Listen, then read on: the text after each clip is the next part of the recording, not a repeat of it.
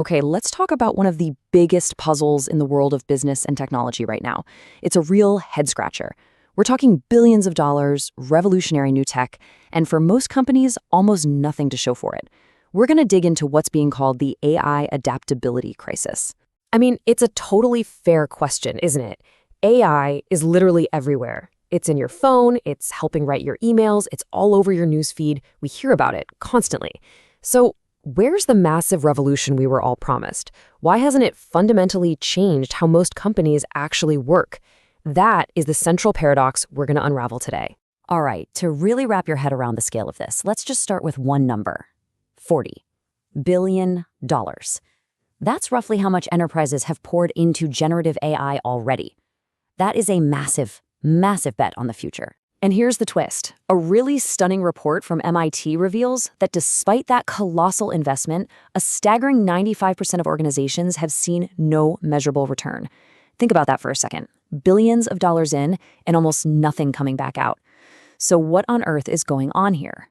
Well, to solve a mystery this big, you have to follow the clues. And the data reveals a deep, deep divide, but it's probably not the one you're thinking of. This isn't about the companies that have AI versus the ones that don't. It's something much more human. You know, this whole situation reminds me of the famous cholera outbreak in London back in 1854. Everyone had the same data. People were getting sick. But one physician, John Snow, did something different. He actually mapped the cases, and he saw they all led back to a single water pump. He reframed the problem. Today, we've all got the AI map, but most companies are still blaming bad air. The real divide isn't about getting access to the technology, it's about learning to see the problem in a new way. So here's our first big clue, the pilot to production chasm. You've got these smaller, agile firms that can take an AI idea from a test pilot to a full-blown deployment in just 90 days. Boom, done. But large enterprises, they get stuck for 9 months, sometimes way longer. They just get lost in this pilot purgatory, losing momentum, budget, and purpose. It's basically a graveyard of good ideas. And clue number 2, this one's a big one.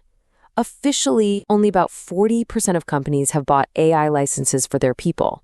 But unofficially, a massive 90% of workers are already using personal AI tools for their jobs every single day. This is the shadow AI economy. It means that while leadership is stuck in meetings, a quiet revolution is already happening from the bottom up. So what does this all point to? Well, after looking at all the data, the conclusion is surprisingly simple. And this quote just nails it. The real barrier to scaling AI, it's not the infrastructure, it's not the regulations, it's not even a lack of talent.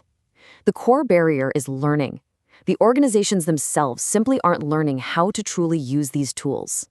And this leads us right to the diagnosis. This is that big aha moment. The root cause of this $40 billion puzzle isn't a failure of the technology. It's a failure of human adaptability. It's not the tech, it's us. So how do you even measure something like that?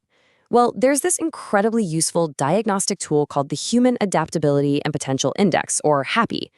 Think of it like a new lens, a way to quantify an organization's readiness for change. It lets us see exactly where the human part of the problem lies, across 5 key areas. First up, cognitive adaptability.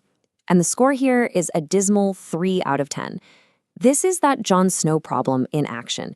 Instead of actually redesigning how work gets done, companies are just strapping AI onto their old processes. It's like putting a jet engine on a horse-drawn cart. They're trying to think yesterday's thoughts with tomorrow's tools. Next, emotional adaptability, which scores a 5 out of 10. And this is a perfect picture of that shadow AI economy. You've got the employees, the crew of the ship, who are resilient and ready to experiment. But the leadership, the captains, are often fearful, risk-averse, and clinging to the safety of the harbor. Then there's behavioral adaptability, scoring a 4 out of 10. This is that pilot to production chasm made visible. Big companies are just trapped in slow, rigid behaviors, endless meetings, committees, while smaller, more agile firms are already out there shipping and getting things done. Social adaptability scores a bit better at a 6. What this shows is that the most successful AI projects almost always rely on external partners and trust. It's not about who has the flashiest demo. It's about working with people you actually trust to get it done. Still, too many companies are trying to go it all alone. And finally, we get to the bright spot, growth potential, a strong 7 out of 10. The potential is clearly there, and it's all thanks to those employees using AI in the shadows. But here's the huge irony. Instead of seeing this as an engine for innovation, most companies are treating it as a risk to be managed and shut down. So when you add it all up, the composite HAPI score, the overall adaptability score for the average enterprise, is just 5 out of 10, perfectly average. And that's the root of the crisis. We're in a moment that demands something extraordinary, and most organizations are just average. But a diagnosis is pretty useless without a prescription, right? The good news is we don't need some massive billion-dollar revolution to fix this. What we need is a series of small, deliberate acts of adaptation. So how do we fix this? The answer isn't another huge top-down plan. It's what we can call the minimalist revolution. These are 5 small, deliberate shifts, each one designed to target one of those HAPI dimensions we just diagnosed. It's not about rebuilding the whole ship. It's about learning to navigate differently. Okay, here are the 5 fixes. First, for cognitive, stop just layering on new tools. Redesign your workflows, just like factories had to be completely rebuilt for electricity. Second, for emotional, make it safe to fail and experiment.